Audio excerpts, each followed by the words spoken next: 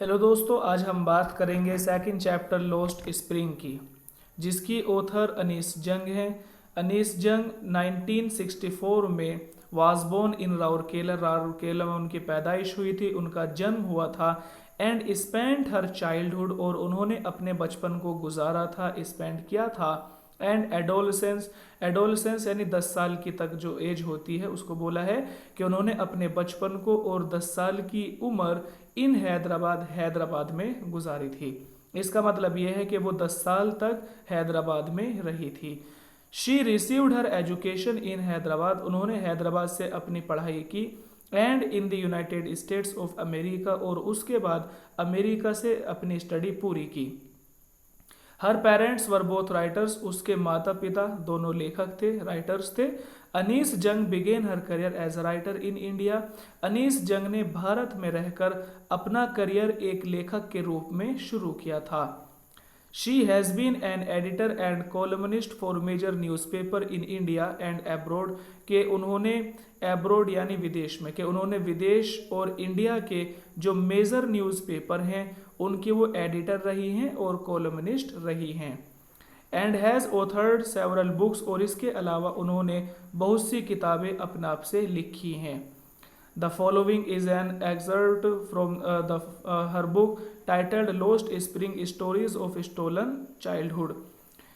Following जो नीचे दिया गया है, जो निम्न एक्सर्प्ट है, और उनकी किताब जिसका title Lost Spring Stories of Stolen Childhood से लिया गया है।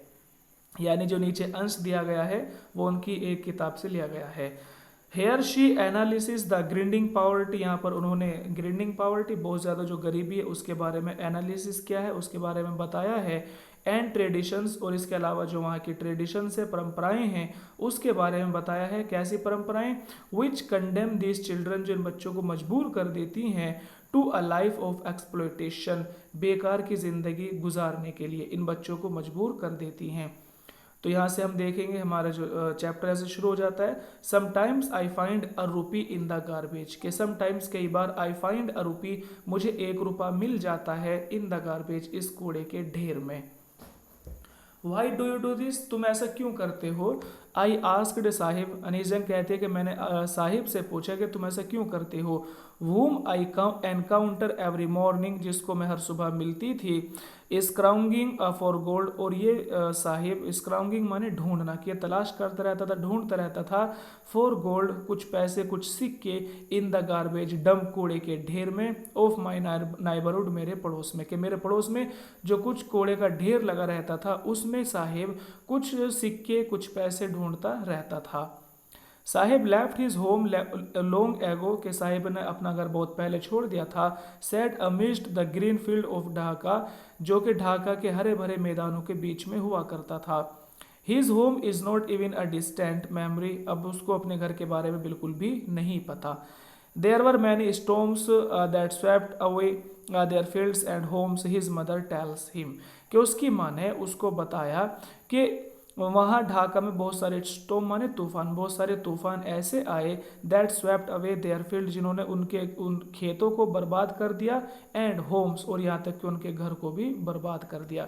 कि ढाका में बहुत सारे तूफान ऐसे आए थे जिस तूफान ने उनके हरे भरे खेतों को और उसके घर को बर्बाद कर दिया, ख़त्म कर दिया। और ये बात उसकी मदर ने उसको बताई है। That is why they left, इसलिए उन्होंने ढाका को छोड़ दिया। Looking for gold in the big city, और वो अपने पैसों को, इन सिक्कों को ढूंढने बड़े शहर में आ गए हैं। वेयर ही नाउ लिव्स, जहाँ आजकल वो रह रहे हैं। I have nothing else to do, Saheb ने कहा कि सवाल किया था ना शुरू में कि why do you do this, कि तुम ऐसा क्यों करते हो, तो साहिब ने क्या आंसर दिया उसका? I have nothing else to do, कि इसके अलावा मेरे पास करने के लिए कुछ भी नहीं है। ही मटर्स, उसने कहा। लुकिंग अवे, अपनी नज़र बचाते हुए। गो टू स्कूल, आई से ग्लीबली, आई से मैंने उससे कहा, गिलीबली बस ऐसे ही हल्के में लेते हुए मैंने उससे कहा कि गो टू स्कूल, कि तुम स्कूल जाया करो।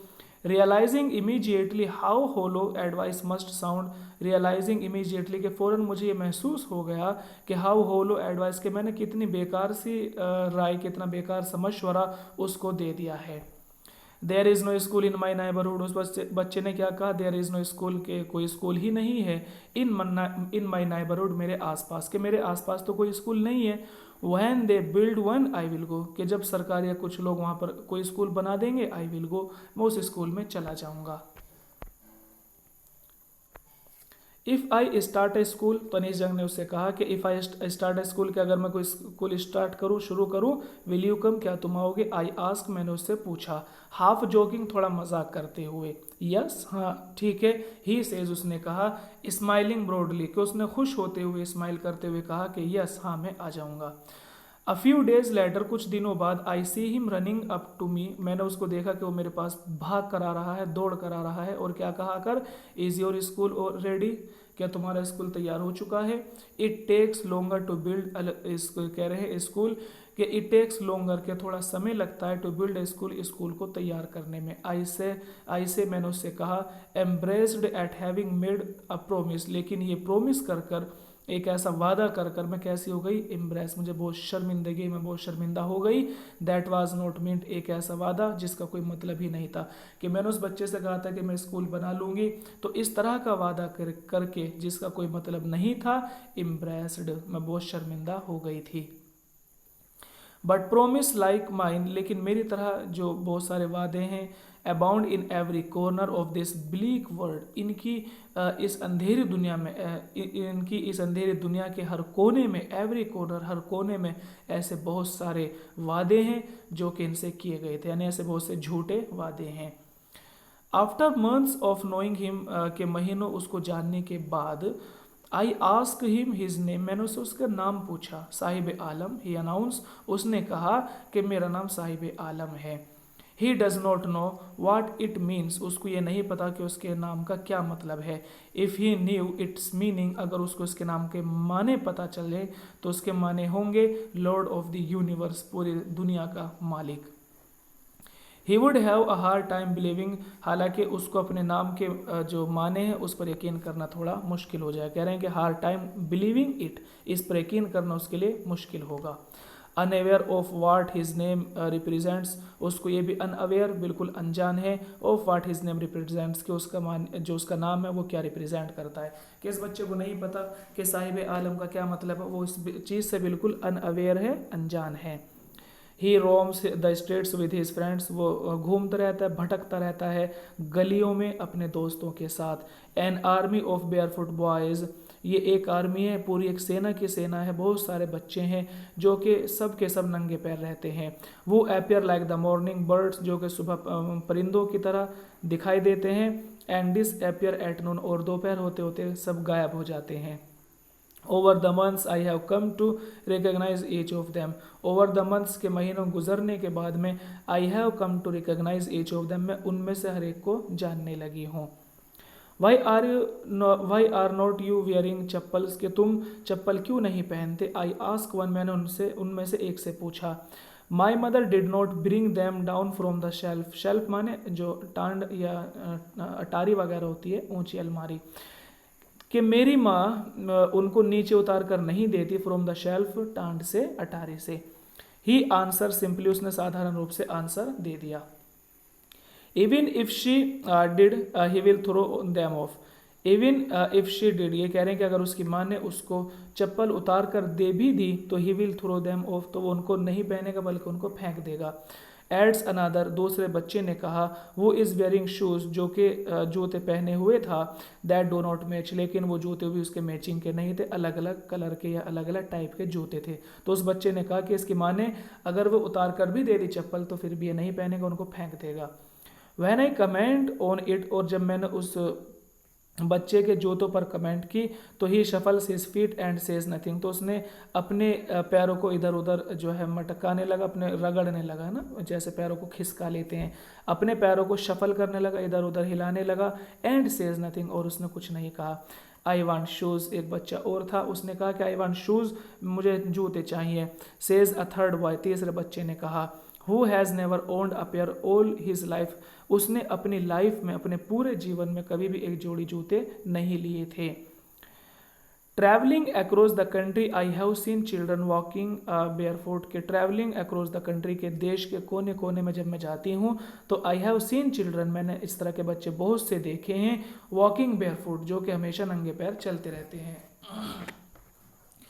के बच्चे होते हैं जो हमेशा नंगे पैर रहते हैं। इन सिटीज़ शहरों के अंदर रहते देखे हैं। विलेज रोड्स यहाँ तक के जो गांव की सड़कें हैं वहाँ भी मैंने इन बच्चों को देखा नंगे पैर। It is not lack of money ये पैसों की कमी के कारण नहीं है but a tradition to stay barefoot लेकिन ये एक ट्रेडिशन है एक परंपरा है टू स्टे बेयरफुट नंगे पैर रहने की। इज़ वन एक्सप्लेनेशन बस यही इसका एक एक्सप्लेनेशन है कि हम उनके बारे में डिटेल निकाले क्यों रहते हैं तो कह रहे हैं कि इसको एक्सप्लेन अगर हम करने की कोशिश करें तो एक्सप्लेनेशन केवल यही होगी कि ये इनके यहाँ पर नंगे पैर रहने की एक परंपरा है।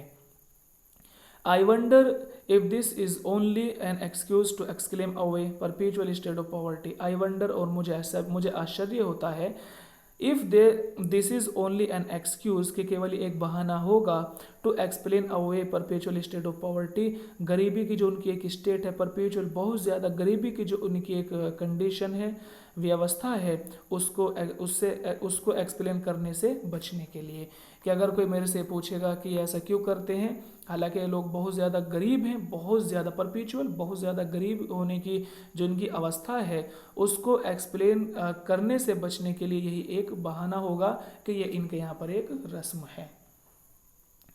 आई रिमेंबर ए स्टोरी अब कहते हैं कि मुझे कहानी याद आ जाती है। A man from Udupi once told me कि एक इंसान था उदीपी से उसने मुझे एक बार बताया था एज अ यंग बॉय कि जब वो कोई बच्चा होगा he would go to school past in an old temple के एक पुराना सा मंदिर था उसके पीछे की तरफ एक स्कूल हुआ करता था तो ही वुड गो वो उस स्कूल में पढ़ने जाता था।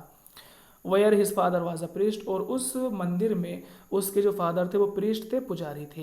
He would stop briefly at the temple ये कह रहे हैं कि वो थोड़ी बहुत देर के लिए स्टॉप ब्रीफली थोड़ी बहुत देर के लिए वो ठहर जाया करता था एट द टेम्पल मंदिर में and pray for a pair of shoes और एक जोड़ी जूतों के लिए प्रार्थना किया करता था।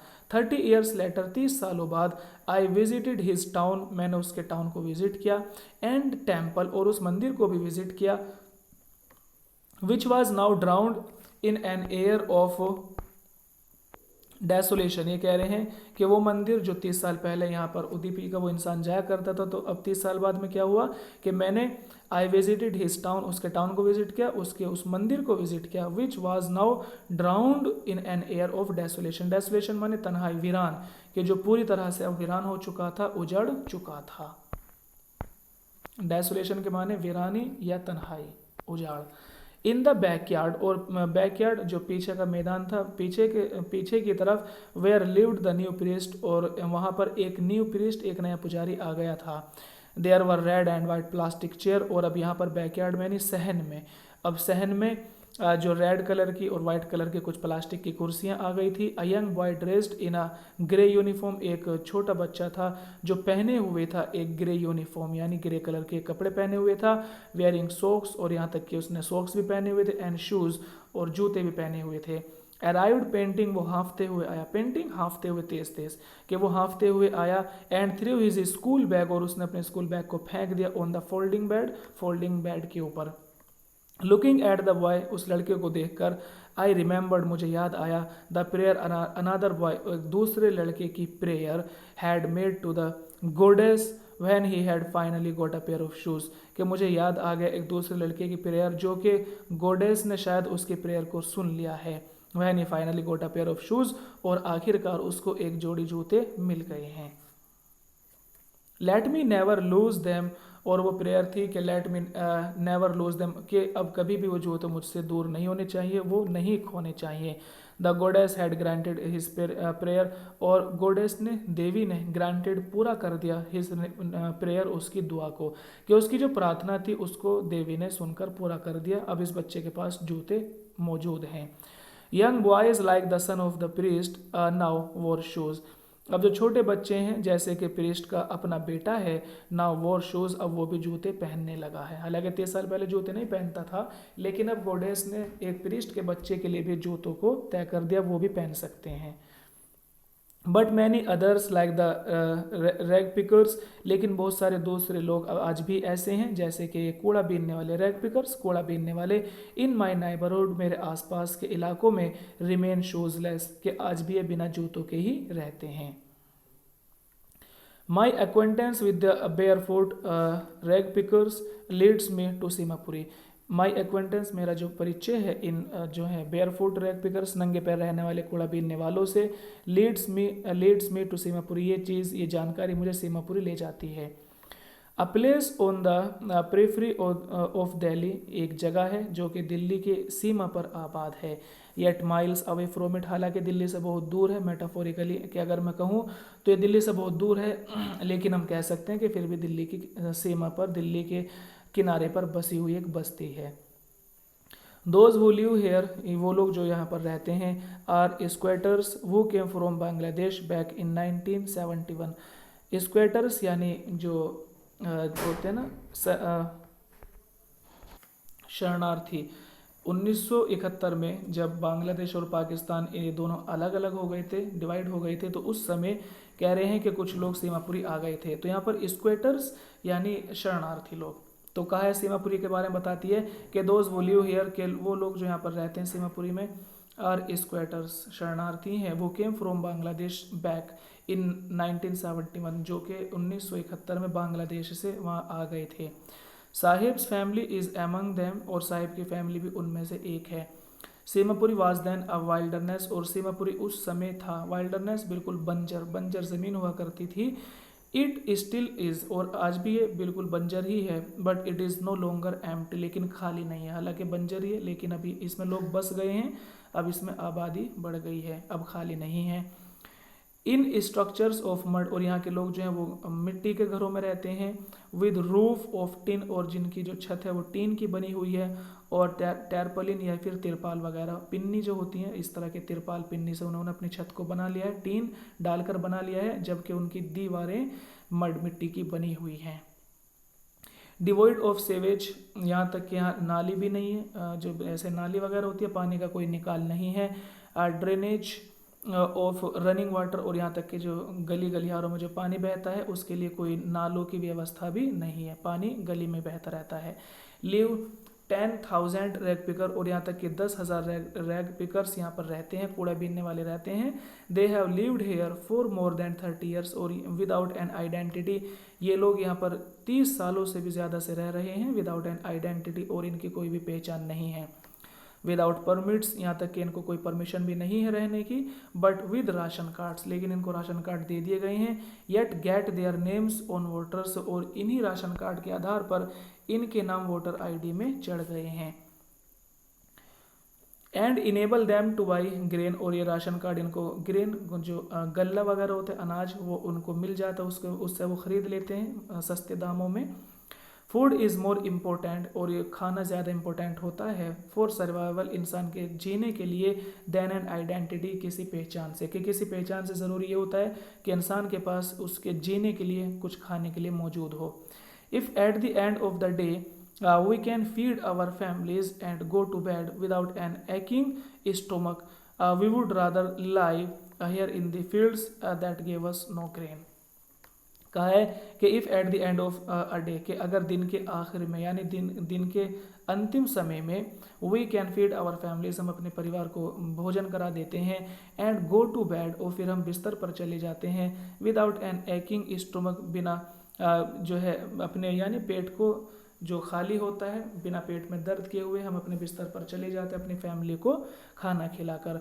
We would rather live here, तो हम यहाँ पर रह रहे हैं, रादर कह रहे हैं, than in the fields that give us no grain, उस मैदान से, उस जो है फील्ड से, उस खेत खलियान से रहने से बेहतर है गिव अस नो ग्रेन, जो कि हमें वहाँ से कोई अनाज नहीं मिलता। इसका मतलब ये है कि जब हम ढाका में थे तो वहाँ के फील्ड तो बर्बाद हो गए थे, तबाह हो गए थे, तो वहाँ तो कुछ मिल ही नहीं रहा था खाने के लिए। तो उन्होंने ये कहा है कि उन फील्ड से, उन खेतों से रहने से यहाँ बेहतर है, जो कि हमें गेव अस नो ग्रेन, जहाँ पर हमें कोई गल्ला नहीं मिलता, अब कम से कम यहाँ पर हम रह रहे हैं सीमापुरी में, यहाँ पर हमारी फैमिली खा लेती है, दिन के आखिरी समय में हम सो जाते हैं, और यहाँ तक कि पेट वगैरह में कोई बीमारी नहीं है, कोई तकलीफ़ नहीं है, तो ये रहना बेहतर है हमारे लिए। Says a group of women in tattered saris. और ये बात किसने कही, क्या कहा है कि says a group of women, कि उस ग्रुप की एक औरत ने कहा, इन टैटर्ड साड़ी, जिसकी साड़ी पूरी तरह से फट गई थी, when I ask them why they left their beautiful land of green fields and river. ये कह रहे हैं व्हेन आई आस्क देम, जब मैंने उनसे पूछा था कि तुमने why they left their beautiful land, कि उन्होंने अपनी हरी भरी जो ज़मीन थी उसे क्यों छोड़ दिया, ऑफ ग्रीन फील्ड, अपने हरे भरे खेतों को क्यों छोड़ा, एंड रिवर्स, और अपने वहाँ की जो नदी तालाब थे उन्हें क्यों छोड़ा। तो उस औरत ने यही जवाब दिया, हम यहाँ पर रह रहे हैं, कम से कम हमें यहाँ पर पेट भरकर खाना तो मिल जाता है। आगे देख लें कि wherever they find food, जब कभी भी उन्हें खाना मिल जाता है, they pitch their tents that become transit homes. ये कह रहे हैं वेयर एवर, यहाँ रहकर उन्हें अब खाना मिल जाता है। और इसी के साथ वो क्या करते हैं, दे पिच देयर टेंट्स, वो अपने वहाँ पर टेंट को गाड़ लेते हैं, जहाँ कभी उन्हें खाने का बंदोबस्त दिखाई देता है अपने टेंट को वहीं पर गाड़ लेते हैं, एंड बिकम ट्रांजिट होम्स, और वहाँ पर अपने फिलहाल जो टेम्परेरी घर हैं उनको बना लेते हैं। Children grow up in them, और जो बच्चे हैं वो भी इन्हीं में बढ़ रहे हैं, बड़े हो रहे हैं, become partners in the survival, और इसी तरह जीवन जीने के लिए इनके साथी बन रहे हैं, जैसे जी रहे हैं ऐसे इनके बच्चे भी उसके आदि बन रहे हैं, पार्टनर बन रहे हैं। And survival in Seemapuri means rag picking, और अगर कोई इंसान सीमापुरी में रहता है तो वहाँ पर जीने का मतलब क्या है, रैग पिकिंग, कूड़ा बीनना। थ्रू द ईयर, सालों से, it has acquired the proportion of fine arts, और सालों से क्योंकि इन लोगों ने इस काम को किया है, इट हैज़ कह रहे हैं इट हैज़ एक्वायर्ड, तो अब ये बिल्कुल ऐसा लगने लगा है जैसे कि फाइन आर्ट के, जैसे कि बहुत अच्छा काम हो, अब ये लोग इसको बहुत अच्छा काम मानने लगे हैं और इसमें ये एक्सपर्ट हो गए हैं। Garbage to them is gold, और गार्बेज का मतलब उनके लिए पैसा है। It is their daily bread, और यहीं से इनको डेली ब्रेड, डेली की उनकी रोजी रोटी यहीं से चलती है, ब्रेड माने रोजी रोटी चलती है। A roof over their heads, और ये कह रहे हैं उनके सरों के ऊपर जो छत है, जो भी कुछ है वो यहीं से कूड़े के ढेर से इनको हासिल हो पाती है। Even if it is a lacking roof, हालांकि यहाँ पर कुछ ऐसे लोग भी हैं जिनके ऊपर छत भी आज तक नहीं पड़ी है। But for a child it is even more, और ये कह रहे हैं लेकिन एक बच्चे के लिए इट इज़ इवन मोर, ये ज़्यादा सोचने वाली बात होगी। कहते हैं कि आई समटाइम्स फाइंड अ रुपी, जब बच्चों से पूछा गया तो उन्होंने जवाब दिया कि मुझे कई बार 1 रुपया मिल जाता है, इवन अ 10 रुपीज़ नोट, और कई बार मुझे 10 रुपये का नोट भी मिल जाता है। Sahib says his eyes lightning up, और साहिब ने ये बात कही कि कई बार तो मुझे 1 रुपया मिलता है और कई बार 10 रुपये मिल जाते हैं, साहिब ने कहा। और जब वो ये कह रहा था, हिज आइज लाइटनिंग अप, उसकी आंखों में एक चमक थी। When you can find a silver coin in the heap of garbage, कि जब कभी तुम चांदी का सिक्का पाते हो हीप ऑफ गार्बेज, इस कूड़े के ढेर में, यू डोंट स्टॉप स्क्राउंगिंग, तो फिर तुम ढूंढने से नहीं बाज आते। For there is the hope of finding more, और फिर जब तुम चांदी का सिक्का पा लेते हो, फॉर देयर इज़ होप, तो फिर तुम्हारे अंदर एक उम्मीद जाग जाती है कि ओ फाइंडिंग मोर, कि और ज़्यादा ढूंढो, और ज़्यादा ढूंढने की तुम्हारे अंदर एक भूख जाग जाती है। It seems that for children, और ऐसा लगता है कि इन बच्चों के लिए garbage has a meaning different, कि शायद इस कूड़े का मतलब कैसा है, डिफरेंट, बिल्कुल अलग ही मतलब इन बच्चों के लिए कूड़े का। From what it means to their parents, और इस कूड़े का मतलब इनके पेरेंट्स के लिए अलग है और इन बच्चों के लिए अलग है। फॉर द चिल्ड्रन, बच्चों के लिए क्या है, for the children it is a wrapped in wonder, बच्चों के लिए ये कूड़ा क्या है, इट इज़ रैप्ड, कि ये कूड़ा ऐसे जैसे कि लिपटा हुआ हो, इन वंडर, आश्चर्यों के साथ में कूड़ा है, जब हम उसे ढूंढेंगे तो उसमें नई नई चीज़ें निकलेंगी। इन बच्चों के लिए एक ऐसी चीज़ है जो कि रैप्ड, जो कि लिपटी हुई है इन वंडर, आश्चर्यों के साथ में। फॉर द एल्डर्स, और जबकि बड़ों के लिए it is means of survival, बड़ों के लिए ये ज़िंदगी जीने का केवल एक कारण है। वन विंटर मॉर्निंग, सुबह एक सर्दी की सुबह थी, आई सी साहिब, मैंने साहिब को देखा, standing by the fenced gate of the neighbourhood club, के मेरे पास में ही एक नाइबरहुड क्लब, एक क्लब था, जो क्लब अगर आप जान रहे हैं कि मेरे पड़ोस में एक क्लब था, तो उसके गेट पर, है ना, फेंस गेट, उसका जो एक गेट था, वहाँ पर मैंने साहिब को खड़े हुए देखा।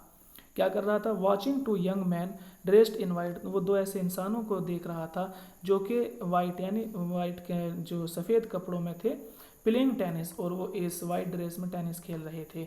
आई लाइक द गेम, उसने कहा कि मुझे गेम पसंद है। ही हम्स, उसने कहा, हम माने कहना, उसने कहा कि मुझे ये टेनिस का गेम बहुत पसंद है। कंटेंट टू वॉच, और ये इसको देखकर बहुत ज़्यादा संतुष्ट दिख रहा था। It standings behind the fans, और ये गेट के पीछे खड़ा हुआ था। उसने कहा कि आई गो इनसाइड, के मैं अंदर चला जाता हूँ, वह नो वन इज़ अराउंड, जब यहाँ पर आसपास कोई नहीं होता तो मैं अंदर चला जाता हूँ। ही एडमिट्स, उसने बात स्वीकार की। The gatekeeper lets me use the swing, और जो गेट कीपर है वो मुझे, स्विंग माने झूला झूलना, वो मुझे झूले पर भी झूलने देता है। Sahib two is wearing tennis shoes, और यहाँ तक कि साहिब ने भी आज टेनिस के शूज़ पहने हुए थे, जूते पहने हुए थे। That look strange over his discoloured shirt and short, जो कि बिल्कुल लुक स्ट्रेंज, जो कि बिल्कुल अजीब से लग रहे थे। ओवर हिज डिसकलर्ड, उसकी कलर उड़ी हुई शर्ट और शॉर्ट पर जो उसके नेकर वगैरह होंगे बिल्कुल अलग ही लग रहे थे। Some one gave them to me, उसने कहा कि किसी ने मुझे ये दिए हैं। ही सेज, उसने कहा in the manner of an explanation, explain करते हुए, उसने एक्सप्लेन करते हुए कि किसने मुझे ये दिए हैं। The fact that they are discarded, और जो तथ्य था, जो फैक्ट है वो ये था, दैट दे आर डिस्कार्डेड, कि उसको त्याग दिया गया होगा। Shoes of some rich boy, किसी अमीर लड़के के, जो है कोई अमीर इंसान होगा, कोई लड़का होगा, उसने क्या करा होगा, इन जूतों को उसने छोड़ दिया होगा। क्यों छोड़ दिया होगा? वो perhaps refuse to wear them, जिसने शायद इनको पहनने से मना कर दिया होगा। Because of a hole in one of them, क्योंकि उनमें से एक में एक होल हो चुका था। डज नॉट बदर हिम, और इसलिए उसने उनको नहीं पहना। For one who has walked barefoot even shoes with a hole is a dream come true, और एक ऐसा इंसान, कह रहे हैं कि फॉर वन, एक ऐसा इंसान, who has walked barefoot, जो हमेशा नंगे पैर रहता है, even shoes with a hole, और यहाँ तक कि वो जूता जिसमें होल बन गया है, is a dream come true, ऐसा लग रहा है कि शायद वो भी उसके सपने के सच होने के बराबर है। कि इंसान ने कभी जूता नहीं पहना और अगर वो एक जूते में होल होया वो पहन लेता है तो उसके लिए ऐसा है जैसे कि कोई सपना सच हो गया हो। But the game he is watching so intently, लेकिन जो वो गेम देख रहा था वो कैसे देख रहा था? सो इंटेंटली, बहुत ही ध्यानपूर्वक उसको देख रहा था।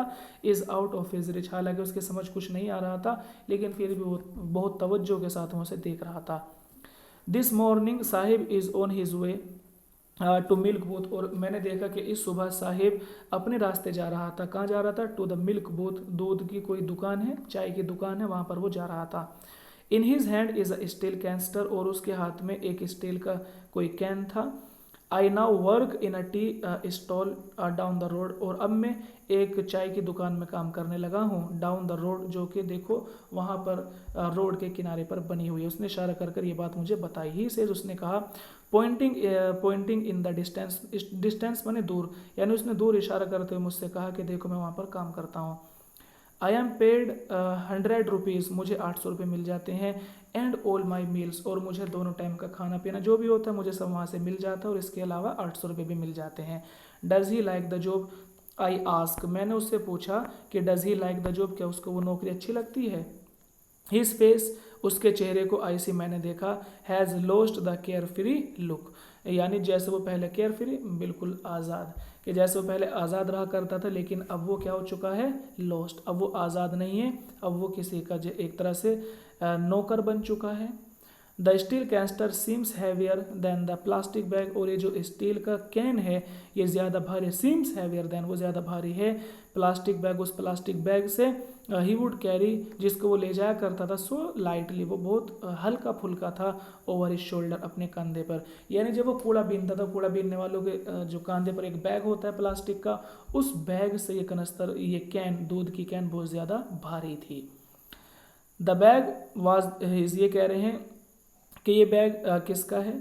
The canister belongs to the man, जो कह रहे हैं द बैग वाज हिज, और ये जो बैग हुआ करता था ये इसका अपना हुआ करता था, लेकिन अब की हालत क्या है? The canister belongs to the man, ये जो कैन है बिलोंग्स टू द मैन, ये उस आदमी की है।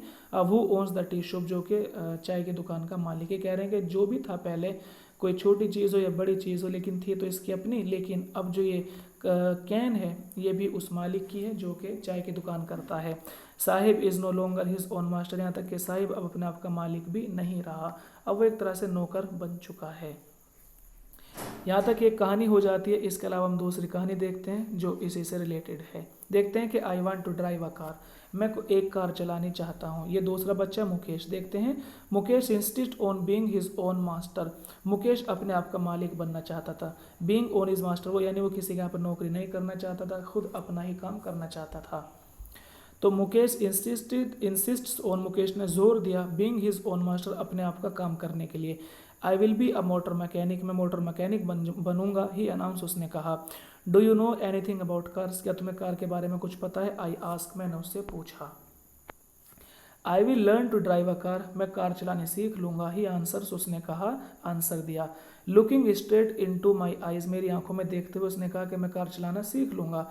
His dreams looms like a mirage amidst the dust of streets that fill his town Firozabad. ये बच्चा मुकेश कहाँ रहता था?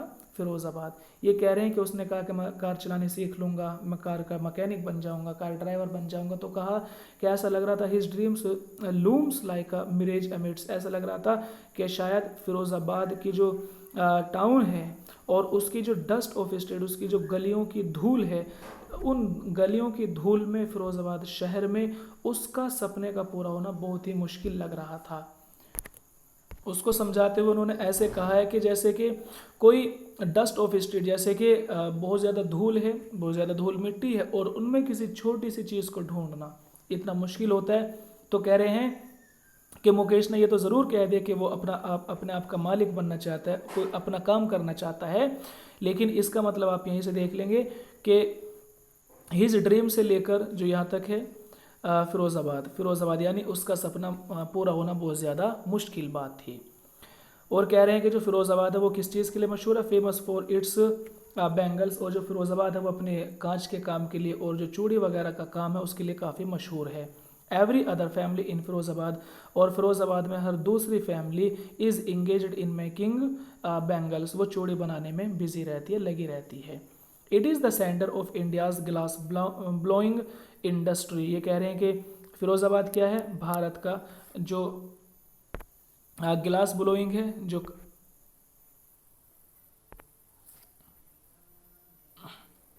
कह रहे हैं कि famous for its bangles, Firozabad अपनी चूड़ी बनाने के काम के लिए जाना जाता है। Every other family in Firozabad, Firozabad की हर दूसरी फैमिली इज़ इंगेज्ड, लगी हुई है, इन मेकिंग बैंगल्स, चूड़ी बनाने के काम में। It is the centre of India glass blowing, ये कह रहे हैं ये जो इंडिया, ये जो फिरोज़ाबाद है ये भारत का सेंटर है। किसका सेंटर? ग्लास ब्लोइंग इंडस्ट्री, जो कांच का काम है, इंडस्ट्री है, उसके लिए सेंटर है। Where families have spent generation, जहाँ पर फैमिली अपनी पीढ़ी दर पीढ़ी काम करती है अराउंड द फर्नेस, इन भट्टियों के आसपास। फर्नेस जो कांच वगैरह गलाने की भट्टी वगैरह होती हैं उसके आसपास, कि यहाँ पर फैमिली जो है पीढ़ी दर पीढ़ी, जनरेशन्स पीढ़ी दर पीढ़ी, स्पेंट यानी अपनी उम्र गुजार देती हैं वर्किंग अराउंड फर्नेस, यहाँ पर जो भट्टी के आसपास काम करते हुए। क्या क्या काम करते हैं वो? वेल्डिंग, ग्लास, शीशे पर गिलास वगैरह जो वेल्डिंग होता है वो करते हैं, चूड़ी पर वेल्ड करते हैं। मेकिंग बैंगल्स, चूड़ी बनाने के काम करते हैं। फॉर ऑल द वुमेन, उन सभी औरतों के लिए वो चूड़ी बनाते हैं। In the land it seems, ऐसा लगता है कि जो पूरी दुनिया है सब लोगों के लिए चूड़ियाँ ही फिरोज़ाबाद में बनाई जाती हैं। Mukesh family is among them, Mukesh का परिवार भी इन्हीं चूड़ी बनाने वालों में से एक है। None of them know that it is illegal for children, और इनमें से किसी को भी ये नहीं पता कि that it is illegal for children like him, कि मुकेश के जैसे जो दूसरे बच्चे हैं, लाइक द चिल्ड्रन हिम यानी मुकेश के तरह उसकी उम्र के जितने बच्चे हैं उनके लिए भट्टी पर काम कराना इलीगल है, गैर कानूनी है। To work in the glass furnace, यानी जो शीशे गलाने वाली जो भट्टी है वहाँ पर काम कराना बच्चों से। और ये भट्टी कैसी होती है? विद हाई टेम्परेचर, जिनका टेम्परेचर बहुत ज़्यादा हाई होता है, कि इन भट्टियों का टेम्परेचर बहुत ज़्यादा हाई होता है तो बच्चों से वहाँ पर काम कराना ये इलीगल है, गैर कानूनी है। In dingy cells without air and light, और ये कह रहे हैं यहाँ की जो ना तो कोई एयर है, यानी वहाँ पर कारखानों में ना तो कोई एयर है और ना ही कोई प्रकाश है। एंड डिंजी सेल्स, और यहाँ की जो दीवारें हैं वो बहुत ही ज़्यादा डिंजी हैं, डिंजी टाइप हैं। इसके माने यानी अंधेर, जो डिंजी सेल्स जो वो कोठरी से बनी हुई है, जो वो घर हैं बिल्कुल अंधेरे हैं, अंधेरा है उनके अंदर, ना कोई हवा है और ना ही कोई प्रकाश है। दैट द लॉ, और कानून, इफ़ इन्फोर्स, अगर कानून लाद दिया जाएगा, अगर कानून जो है लागू कर दिया जाए, could get him and all those 20,000 children out of the hot furnaces where they slog their daylight hours. ये कह रहे हैं कि अगर कानून यहाँ पर लागू कर दिया जाए तो ये इस तरह के जो 20,000 बच्चे हैं वो क्या जो इस गर्म भट्टी पर काम करते रहते हैं, अपने दिन में काम करते रहते हैं, तो वो कैसे हो जाएंगे? उन बच्चों को आज़ाद कर दिया जाएगा। Where they slog their daylight hours, यानी जो अपने पूरे दिन का जो समय है यहीं पर व्यतीत करते हैं, बिता देते हैं हॉट फर्नेसेस पर, यहाँ पर तेज़ टेम्परेचर वाली भट्टियों पर। तो ये 20,000 बच्चे इस मुसीबत से आज़ादी पा जाएंगे, निजात पा जाएंगे। कहते हैं कि जो हॉट फर्नेसेस है यहाँ पर क्या होता है, often losing the brightness of their eyes, कि ज़्यादातर बच्चे, अक्सर बच्चे अपनी आंखों की रोशनी तक खो देते हैं इतने ज़्यादा टेम्परेचर पर काम करते हुए। Mukesh eyes beam as he volunteers to take me home, ये कह रहे हैं कि मुकेश की जो आंखें हैं वो थोड़ी चमकने लगी, और फिर उसने कहा कि he volunteers to take me home, और फिर उसने मुझसे कहा कि तुम मेरे घर चलो। विच ही प्राउडली सेज, और जो उसने घमंड करते हुए, गर्व करते हुए कहा कि इज़ बीइंग रिबिल्ड, कि अभी मेरा घर पूरा बना भी नहीं है पूरी तरह से, तो तुम मेरे घर पर चलो। हालांकि यहाँ पर ये भी मतलब हो सकते हैं कि मेरा घर अब दोबारा बनकर तैयार हो चुका है, तो तुम मेरे घर पर चलकर उसे देखो। We walk down stinking lanes, तो फिर मैं उसके साथ चलने लगे, तो कहा कि we walk down stinking lanes, कि हम बहुत ही पतली पतली गलियों से होकर गुजरे। चोक्ड विद गार्बेज, वो गली जो कि कूड़े से अटी हुई थी, कूड़ा ही कूड़ा वहाँ पर था। पास्ट होम्स दैट रिमेन होवल्स, ये कह रहे हैं कि वहाँ पर जो घर थे वो ऐसे थे कि होवल्स, बिल्कुल झुग्गी झोपड़ी जो थी इस टाइप के घर थे। विद क्रम्बलिंग वॉल्स, जिनकी दीवारें पूरी तरह से ख़त्म हो चुकी थी और वो नष्ट हो चुकी थी। वो भी डोर्स, और उनके जो दरवाजे थे वो भी टूटे फूटे दरवाजे थे। नो विंडोज़, कोई विंडो नहीं थी। Crowded with families of humans, और वहाँ पर जो इंसानों की फैमिली है उनकी भीड़ थी, है ना, बहुत ज़्यादा लोग वहाँ पर रह रहे थे। एंड एनिमल्स, और इसके साथ साथ जानवर भी वहाँ पर रह रहे थे। को एग्जिस्टिंग इन द प्रीमियल स्टेट, ये दोनों को एग्जिस्टिंग, दोनों साथ में ही रह रहे थे, जैसे कि इन द प्रीमियल स्टेट, जैसे कि आदि काल में हुआ करता था, कि जैसे पहले इंसान और जानवर एक साथ रहा करते थे, इसी तरह आज हमें यहाँ देखने को मिल रहा है। He stops at the door of one such house, एक इसी तरह के घर के दरवाजे पर वो रुक जाता है। बैंक्स, अब वो भी आयरन डोर, जो कि एक लगभग लोहे का बेकार सा बना हुआ दरवाज़ा था, और वो क्या करता है, विद हिज फीट, वो उसको जो है अपने पैर उसको मारता है। लोहे का दरवाज़ा है कोई, वैसे ही उस पर अपने पैर को मारता है, उस पर लात मारता है। एंड पुश इट ओपन, और उसको लात मारकर वो खोल देता है, धक्का देता है और वो खुल जाता है। यानी कोई विंड जो होता है ना गेट में, जो लॉक वगैरह कुछ भी नहीं था, बस आओ लात मारो या धक्का दो उसको और वो खुल जा करता था। तो इसी तरह से कुछ है। वी एंटर, तो फिर क्या करते हैं, वी एंटर बिल्ड शैक, हम एक अभी हाफ बिल्ड, आधी बनी हुई, शैक माने झोपड़ी, हम एक आधी बनी हुई झोपड़ी में एंटर कर जाते हैं। In one part of it, और इस झोपड़ी के एक पार्ट में कहते हैं कि थैचड, उसके बाद क्या होता है, कहते हैं कि फिर हम we enter a half build shack, के हम आधी बनी हुई झोपड़ी में एंटर कर जाते हैं। In one part of it, इसके एक पार्ट में, इसके एक हिस्से में, थैचड विद डेड ग्रास, यानी जो सूखी हुई घास है वो क्या कर रही हैं, उनको यानी रखा गया है। और क्यों रखा गया है, इज़ फायरवुड स्टोव, क्योंकि उनको जो फायरवुड स्टोव यानी जिसमें जो चूल्हा वगैरह है, इस सूखी हुई घास को उसमें जलाया जा रहा है। Over way sits a large vessel, जिसके ऊपर एक बहुत बड़ा सा बर्तन रखा हुआ है। ऑफ स्लीजिंग, इसने कह रहे हैं स्पिनाच लीव्स, के जो पालक की पत्तियां हैं उसको इसमें पकाया जा रहा है। इसका मतलब ये है कि उस घर के एक हिस्से में एक चूल्हा बनाया गया है, उसमें इन सूखी हुई घास को स्टोव पर यानी चूल्हे में रखकर उसमें आग जलाई गई है, और उसके ऊपर एक बड़ा सा बर्तन रखा हुआ है जो जिसमें पालक की कुछ पत्तियां पकाई जा रही हैं। ऑन द ग्राउंड, और ज़मीन की अगर बात करें तो ज़मीन पर क्या है, in the large aluminium platters, के एल्युमिनियम की बड़ी बड़ी प्लेटें हैं। आर मोर चॉप्ड वेजिटेबल्स, जिनमें दूसरी सब्जियां भी रखी हुई हैं।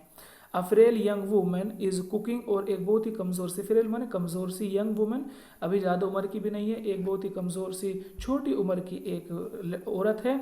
इज़ कुकिंग, वो तैयार कर रही है, द इवनिंग मील, शाम का भोजन, फॉर द होल फैमिली, पूरे परिवार के लिए।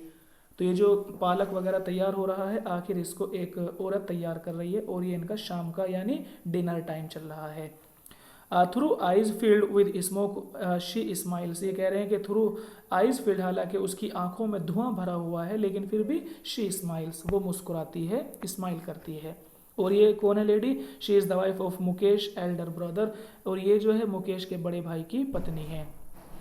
Not much older in years, हालांकि इसकी उम्र ज़्यादा नहीं है, ज़्यादा उम्र की नहीं है। She has begun to command respect as the bahu, हालांकि ज़्यादा उम्र की भी नहीं है लेकिन फिर भी इसको ये सम्मान हासिल है कि ये बहू के रूप में वहाँ पर रह रही है। इसका मतलब ये है कि यहाँ पर जो बच्चों की कम उम्र में शादी कर दी जाती होगी, इसीलिए कहा कि उम्र ज़्यादा नहीं है लेकिन फिर भी she has begun to command respect, फिर भी इसको कमांड दे दी गई है, इसका सम्मान किया जाता है एक बहू के रूप में। द डॉटर इन लॉ, और डॉटर इन लॉ बहू को ही कहा जाता है इंग्लिश में, ऑफ द हाउस, यानी इस घर की बहू है ये। कह रहे हैं already in the charge of 3 man, और इस औरत पर 3 लोगों का चार्ज है, जैसे कि उसके हस्बैंड की जिम्मेदारी है, मुकेश की जिम्मेदारी है, और उनके फादर यानी अपने ससुर की जिम्मेदारी है। When the older man enters, जबकि वो बूढ़ा आदमी एक एंट्री लेता है, अंदर आता है, she gently withdraws behind the broken wall, वो एक टूटी हुई दीवार के पीछे अपने आप को छुपा लेती है। And brings her veil closer to her face, और वो अपने पल्ले को, जो पल्लू होता है वो उसके वो अपने फेस पर ले आते हैं, जैसे कि पल्ला वगैरह करते हैं ना, वो समझ लें आप। एज कस्टम्स डिमांड, जैसे कि वहाँ की रस्म थी कि बड़ों को देख कर क्या होता है, डॉटर इन लॉ जो बहू होती है, मस्ट वेल देयर फेस, उनको अपने चेहरे को छुपाना पड़ता है, बिफोर मेल एल्डर्स, अपने जो बड़े एल्डर्स होते हैं और वो मेल होते हैं, जो बड़े पुरुष होते हैं उनके सामने अपने चेहरे को ढांकना होता है, ये इनके यहाँ पर एक रस्म है। इन दिस केस, इस केस में द एल्डर इज एन इम्प्रोविज्ड, कह रहे बैंगल मेकर्स, जो ये बड़ा आदमी आता है, एल्डर माने ससुर, जो ससुर थे कौन थे? इम्प्रोवर्स्ड, ये भी बहुत गरीब से चूड़ी बनाने वाले थे। Despite long years of hard labour, हालांकि बहुत दिनों तक इन्होंने बहुत ज़्यादा मेहनत की। फर्स्ट एज अ टेलर, सबसे पहले एक टेलर के रूप में काम किया, देन अ बैंगल मेकर्स, उसके बाद में चूड़ी बनाने वाले के रूप में काम किया। He has failed to renovate a house, और लेकिन फिर भी वो अपने घर को अच्छा करने में फेल हो गए। Send his two sons to school, उसने अपने 2 बच्चों को स्कूल भेजा। All he has managed to do is teach them, लेकिन फिर भी जो वो उनको साथ में मैनेज कर सके, क्या करना? टू इज़ टीच, यानी जो भी कुछ वो उनको सिखाने के लिए मैनेज कर सके। वाट ही नोज, जो भी वो जानते थे, और वो क्या था? The art of making bangles, केवल चूड़ी बनाने की एक कला। ये कह रहे हैं कि हालांकि इन्होंने, मुकेश के फादर ने अपने बच्चों को भेजा था स्कूल में, लेकिन पढ़ाई नहीं जारी रख सके उनकी, और बस उन्होंने फिर उसको वही सिखाया दोनों बच्चों को जो वो पहले से जानते थे, और वो था चूड़ी बनाने की कला। कहानी चेंज हो जाती है, कहते हैं कि थोड़ा सा, इट इज़ द क्रम his destiny says Mukesh grand mother, ये कह रहे हैं मुकेश की दादी ने, मुकेश की दादी ने ये कहा कि ये तो इन लोगों का क्रम है, हिज डेस्टिनी, और ये इन लोगों की किस्मत है। वो has watched her own husband go blind with the dust from polishing the glass bangle, से कह रहे हैं इनकी मुकेश की दादी ने कहा कि वो has watched her own husband, कि उन्होंने अपने खुद के हस्बैंड को देखा अंधा होते हुए, वो dust from polishing the glass bangles, के जब वो चूड़ियों, जो कांच की चूड़ी हैं उनको पॉलिश करते थे, उसकी जो डस्ट निकलती थी वो उनकी आंखों में जाती थी, जिसकी वजह से मुकेश के दादा अंधे हो चुके थे। क्या ना God given lineage ever be broken, कि क्या खुदा की दी हुई जो एक लाइन है, जो एक पंक्ति है, क्या उसको कभी तोड़ा जा सकता है? शी इम्प्लाइज, उसने कहा, born in the caste of bangle makers, कि हमारी जो पैदाइश है वो चूड़ी बनाने वालों की कास्ट में हुई है। दे हैव सीन नथिंग, हमने आज तक कुछ नहीं देखा बट बैंगल्स, केवल चूड़ियाँ ही देखते रहे हैं। इन द हाउस, घर के अंदर चूड़ी, इन द यार्ड, सहन में चूड़ी, इन कह रहे एवरी अदर हाउस, हर दूसरे घर में चूड़ी, एवरी अदर यार्ड, हर दूसरे सहन में चूड़ी, every street in Firozabad, Firozabad की हर गली के अंदर चूड़ी। स्पाइरल ऑफ बैंगल्स, ये कह रहे हैं कि बहुत सारे अलग अलग तरह के, भिन्न भिन्न तरह की चूड़ियाँ हैं। सनी गोल्ड, ये कुछ कलर बताए हैं, सनी गोल्ड कलर की चूड़ी, पैडी ग्रीन चूड़ी, royal blue, pink, purple, every colour born out of the 7 colours of the rainbow, के रैम्बो के जो 7 कलर हैं उनसे जो भी ब्रोन आउट कलर, यानी जितने भी कलर बनाए जा सकते हैं, यहाँ पर हर कलर की चूड़ी दिख सकती है। और ये चूड़ी कहाँ है? लाई इन द माउंट्स, के ढेर बना हुआ, ढेर के ढेर लगे हुए हैं। इन एन अनकैप्ड यार्ड, के अभी अनकैप्ड, अभी तैयार नहीं है, और यार्ड माने सहन में, के सहन में ढेर लगे हुए हैं ऐसी चूड़ियों के जो कि अभी तैयार नहीं हैं। Are piled on the floor, और उसके बाद में इनके ढेर लगा दिए जाते हैं तैयार होने के बाद में। फॉर व्हील्ड हैंड कार्ट्स, यानी हाथ से चलाई जाने वाली जो ठेले टाइप होती हैं, जो ठेलियाँ होती हैं, रेड़े होते हैं, उन पर इनके ढेर लगा दिए जाते हैं। और फिर उनको किया जाता है, कहते हैं कि पुश्ड बाय यंग मैन, के जो नौजवान लड़के हैं, जो मेल हैं, वो उनको पुश करते हैं, उनको लेकर चले जाते हैं नैरो लेन्स, छोटी छोटी गलियों में, ऑफ द शैंटी टाउन, इस गांव की, कि गांव की जो छोटी छोटी गलियां हैं उसमें उसको लेकर चले जाते हैं बेचने के लिए।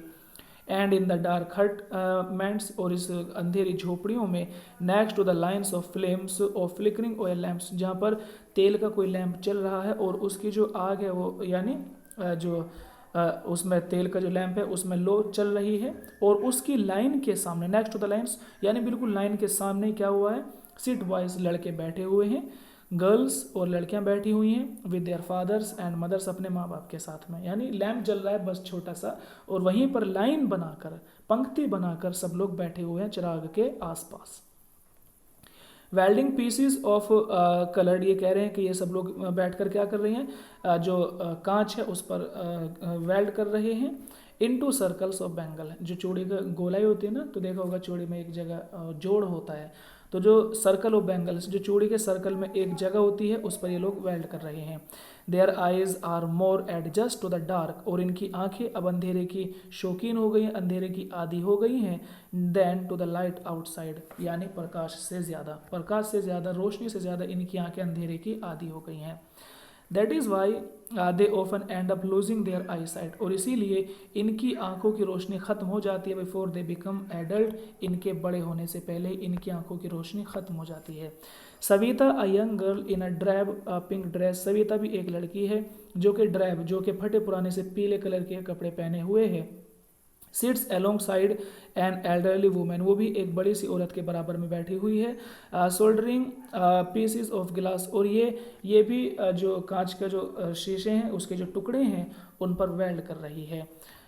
As her hands move mechanically like a turns of a machine, और इसके हाथ ऐसे काम कर रहे हैं जैसे कि कोई मशीन, बहुत तेज़ी से उसके हाथ चल रहे हैं। आई वंडर, मुझे आश्चर्य हुआ, if she knows the sanctity of the bangles she helps make, ये कह रहे हैं कि शायद सैंक्टिटी माने पवित्रता, कि शायद वो चूड़ियों की जो पवित्रता है उसको जानती है। शी हेल्प मेक, यानी जिसको वो बना रही है उस चूड़ी की पवित्रता को वो जानती है। It symbolise an Indian woman, सुहाग, और जो चूड़ी हैं वो एक भारतीय औरत जो महिला है उसके सुहाग को सिम्बलाइज करती हैं, बताती हैं। ऑस्पिशियस इन द मैरिज, और शादी के अंदर उसकी बहुत ज़्यादा इंपॉर्टेंस है, महत्व है चूड़ी का। It will drone on her suddenly one day, और ये कह रहे हैं कि अचानक एक दिन ऐसा भी आएगा, when her head is wrapped with a red well, जब कि उसके सर पर एक लाल कलर का कोई दुपट्टा वगैरह रख दिया जाएगा।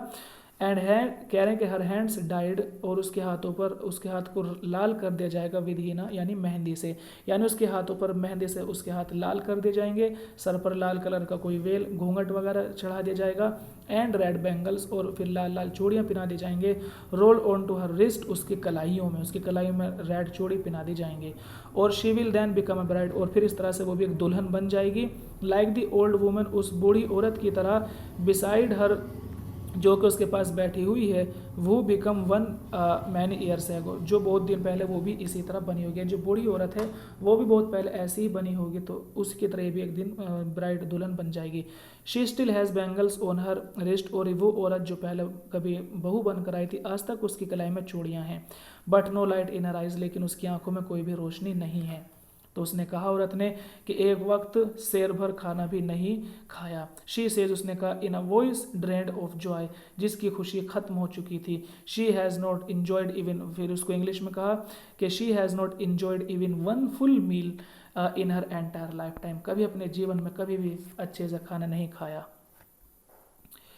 That is what she has raped, ये कह रहे हैं कि ये वही है, कह रहे हैं her husband on an old with a flowing beard says, कि जो औरत है उसने कहा कि उसने कभी भी अपने जीवन में पेट भर खाना नहीं खाया। दैट इज़ वाट, और ये इसलिए है, शी हैज़ रेप्ड, कि वो भी कि क्या वो भी इसी लाइफ में इसी चक्की में पिस रही है। कि वो आई थी कभी इस घर में, लेकिन आज वो भी इसका एक हिस्सा बन गई है। हर हस्बैंड, अगर उसके हस्बैंड की बात करें तो वो कैसे हैं, एक बूढ़े से आदमी हैं जिनकी दाढ़ी लहरा रही है। उन्होंने कहा, बूढ़े आदमी ने कहा कि आई नो नथिंग, कि मुझे नहीं पता, एक्सेप्ट बैंगल्स, चूड़ी के अलावा, कि मुझे चूड़ी के अलावा कुछ नहीं पता। All I have done is make a house, के जो भी कुछ मैंने अपनी लाइफ में किया है बस यही किया है कि एक घर बना दिया है, for the family to live in, अपने बच्चों के लिए एक घर बनाया है, फैमिली के लिए एक घर बनाया है रहने के लिए। हियरिंग हिम, उसको सुनकर, one wonders if he has achieved what many have failed in their life time, उसको सुनकर मुझे ऐसा लगा, वन वंडर्स, कोई भी इंसान आश्चर्य करेगा कि कम से कम ही हैज़ अचीव्ड, उसको वो तो मिल गया, व्हाट मैनी हैव फेल्ड, जो कि दूसरे लोग बहुत सारे फेल हो गए, इन देयर लाइफ टाइम, अपने जीवन में पाने में। कि इसके पास कम से कम घर तो है, औरों के पास तो घर भी नहीं, ये मतलब है। He has a roof over his head, के कम से कम इसके सर पर एक छत तो है।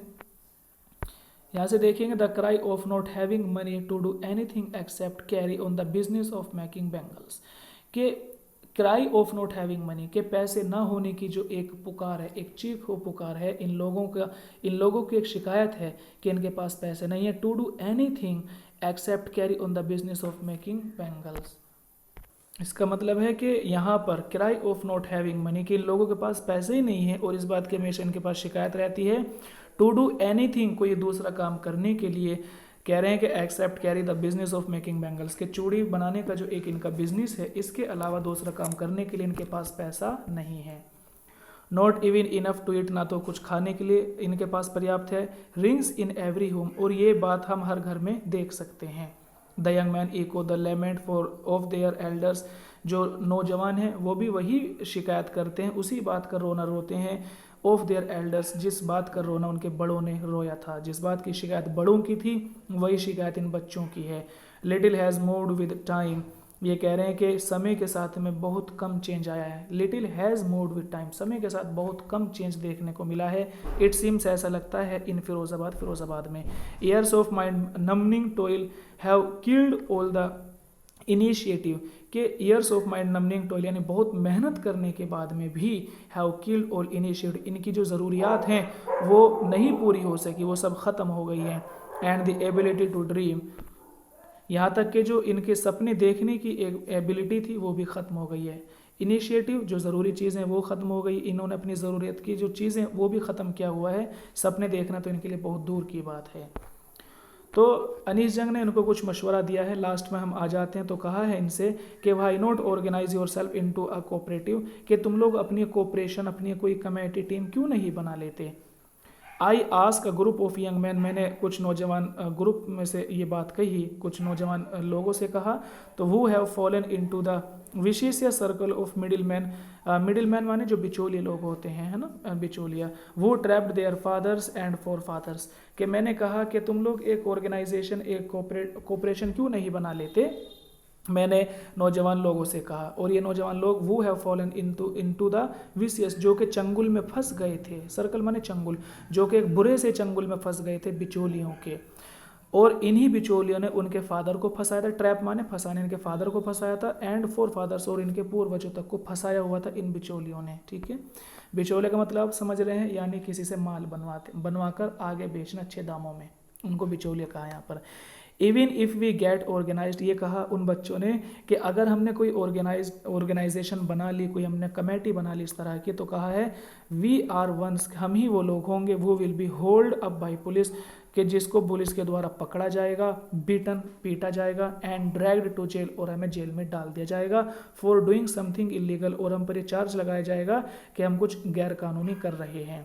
दे से उन्होंने कहा, there is no leader among them, कि हम तुम्हारे दरमियान जो है, इनके दरमियान कोई लीडर भी नहीं है। No one who could help them see things differently, और ना ही कोई ऐसा इंसान है जिसका दिमाग कुछ डिफरेंट काम कर सके, जिसकी सोच थोड़ी सी अलग हो, सब यही काम कर दें, सबको बस चूड़ी के बारे में ही पता है। Their fathers are as tired as they are, उनके फादर भी इतने ही थक चुके हैं जितना कि बच्चे थके हुए हैं, यानी जैसे फादर ऐसे ही बच्चे हैं, कुछ नया नहीं है। They talk endlessly in a spiral, उन्होंने एक बहुत लंबी बात की, ऐसे बात की एंडलेसली जिसका कोई अंत नहीं हो रहा था। स्पाइरल माने बात के बाद में बात, यानी बहुत लंबी बात की जिसका कोई अंत नहीं था। दैट मूव्स फ्रॉम पॉवर्टी, ये बात चली हमारी गरीबी से लेकर apathy to greed to injustice, कि गरीबी के बारे में चर्चा हुई, अपैथी जो दया होती है उसके बारे में बात हुई, ग्रीड लालच के बारे में बात हुई, और इनजस्टिस और जो अन्याय हो रहा है इन बारे में हमने सबने बात की। लिसनिंग टू दैम, इन सबको सुनकर, आई सी टू अ डिस्टिंक्ट वर्ल्ड, मुझे दो अलग अलग संसार दिखाई दिए। वन ऑफ द फैमिली, एक वो family, caught in a web of poverty, web माने जाल, जो कि गरीबी के जाल में फंसी हुई है, burdened by the stigma of caste, और दूसरी वो कास्ट का वजन है, जो वो ज़ात बिरादरी का वजन है जो उन पर वजन डाले हुए है। इन विच दे आर बोर्न, यानी वो बिरादरी जिसमें वो पैदा हुए हैं, वो बिरादरी भी इनके ऊपर एक वजन है, बोझ है। दूसरी क्या चीज़ है, दी अदर अविसीस या सर्कल ऑफ साहूकार, ये कह रहे हैं, और दूसरा जो वो बुरा सा चंगुल है साहूकारों का, वो भी इनके लिए मुसीबत है। पुलिसमैन, और इसके अलावा मिडिल मैन, जो बिचौलियाँ हैं, जो मिडिल मैन हैं, वो भी इनके लिए मुसीबत है। The policeman the keeper of law, यानी मुझे दो संसार दिखाई दिए, एक तो गरीब लोगों का संसार है और दूसरा उन साहूकारों का।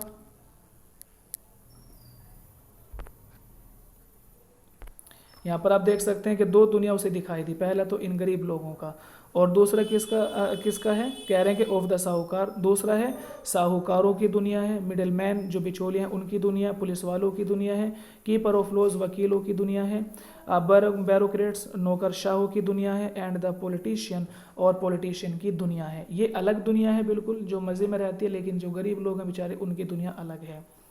टुगेदर दे हैव इम्पोज्ड, और इन सब लोगों ने मिलकर, टुगेदर माने साथ, इन सब लोगों ने साथ में मिलकर क्या कर दिया, थोप दिया है baggage,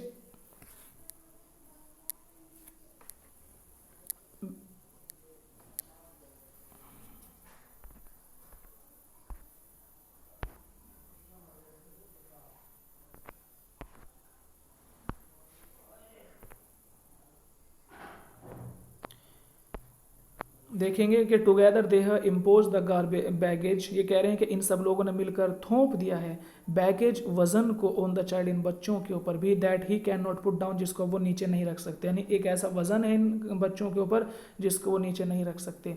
before he is aware, जब तक कि उन्हें पता चलता है, he accepted as naturally as his father, तो वो इस चैलेंज को जो उनके ऊपर वजन है उसको एक्सेप्ट ऐसे कर चुके होते हैं जैसे कि उनके फादर ने किया था। यानी अभी बच्चे छोटे होते हैं, अभी उनकी समझदार होने से पहले ही उनको आदी बना दिया जाता है चूड़ी बनाने के लिए। To do anything else would mean to dare, और अगर इसके अलावा हम कुछ करना भी चाहेंगे तो मीन टू डेयर, तो इसका मतलब वो चैलेंज करना है, सिस्टम को चैलेंज करना है, और वो हम नहीं कर सकते। And daring is not part of his growing up, और ये कह रहे हैं, और ये चैलेंज करना, इतनी हिम्मत जुटाना, is not part of his growing up, इन लोगों का काम नहीं है, इतनी हिम्मत ये नहीं जुटा सकते। When I sense a flash of it in Mukesh, और ये कह रहे हैं वैन, और फिर I sense a flash of, और मैंने कुछ चमक देखी मुकेश में। आई एम चेयर्ड, तो मुझे उसको देखकर थोड़ा अच्छा लगा। आई वांट टू, उसने क्या कहा, I want to be a motor mechanic, मैं एक मोटर मैकेनिक बनना चाहता हूँ, ही रिपीट्स, उसने कई बार ये बात कही। He will go to the garage and learn, वो गैराज जाएगा और वो चीज़ों को सीखेगा। But the garage is long away, लेकिन जो गैराज है वो लॉन्ग अवे, बहुत दूर है, फ्रॉम हिज होम, उसके घर से। आई विल वॉक, मैं पैदल चलकर चला जाऊँगा। ही इंसिस्ट, उसने जोर देकर कहा। Do you also dream of flying plane, क्या तुम प्लेन उड़ाने के बारे में भी कुछ सपना देखते हो। ही इज़ सडनली साइलेंट, तो वो अचानक से कैसा हो गया, चुप हो गया। नो नहीं। ही सेज, उसने कहा, स्टेयरिंग एट द ग्राउंड, ज़मीन पर देखते, उसने कहा कि नहीं, मुझे प्लेन के बारे में नहीं जानकारी ज़्यादा। In his small murmur there is an embarrassment, और उसकी जो वो चुपचाप जो हल्की फुल्की सी वो बात कर रहा था, तो वहाँ पर एक शर्मिंदगी सी दिखाई दे रही थी। That has not yet turned into regret, हालांकि उसकी ये शर्मिंदगी, रिग्रेट माने अफसोस करना, हालांकि वो अफसोस तो नहीं कर रहा था कि वो क्यों नहीं उड़ा सकता, लेकिन फिर भी वो शर्मिंदा था कि वो गरीब लोग हैं, तो वो जो है प्लेन वगैरह कैसे उड़ा पाएंगे। दूसरी बात कहते हैं कि he is content to dream of cars, कि वो संतुष्ट था, कंटेंट माने संतुष्ट, ड्रीम माने सपने, कि वो सपना देखकर संतुष्ट था कार चलाने का। That he sees hurtling down the street of his town, जिसको वो ही सीज हर्टलिंग डाउन, जो कारों को देखकर वो काफ़ी संतुष्ट था, क्योंकि जो कारें हैं हर्टलिंग डाउन, वो दौड़ती फिरती रहती थी, the streets of his town, उसके अपने शहर में, कि उसके अपने शहर में चूँकि कारें दौड़ती रहती थी तो उसको तो उन्हीं का पता था, तो उन्हीं को देखकर वो कैसा था, ही इज़ कंटेंट, वो संतुष्ट था बस। Few aeroplanes fly over Firozabad, और फिरोज़ाबाद के ऊपर से थोड़े बहुत ही प्लेन ऐसे होंगे जो उड़ के उड़कर जाते होंगे। तो उसके बारे में उसे कुछ लेना देना नहीं है, सिर्फ उसको कार तक रहना है, मोटर मैकेनिक बनना है। उम्मीद करते हैं दोस्तों आपको समझ आ गया होगा। आज का चैप्टर काफ़ी थोड़ा लेंथी था लेकिन अच्छा था। सुनने के लिए धन्यवाद। आपका दिन शुभ हो।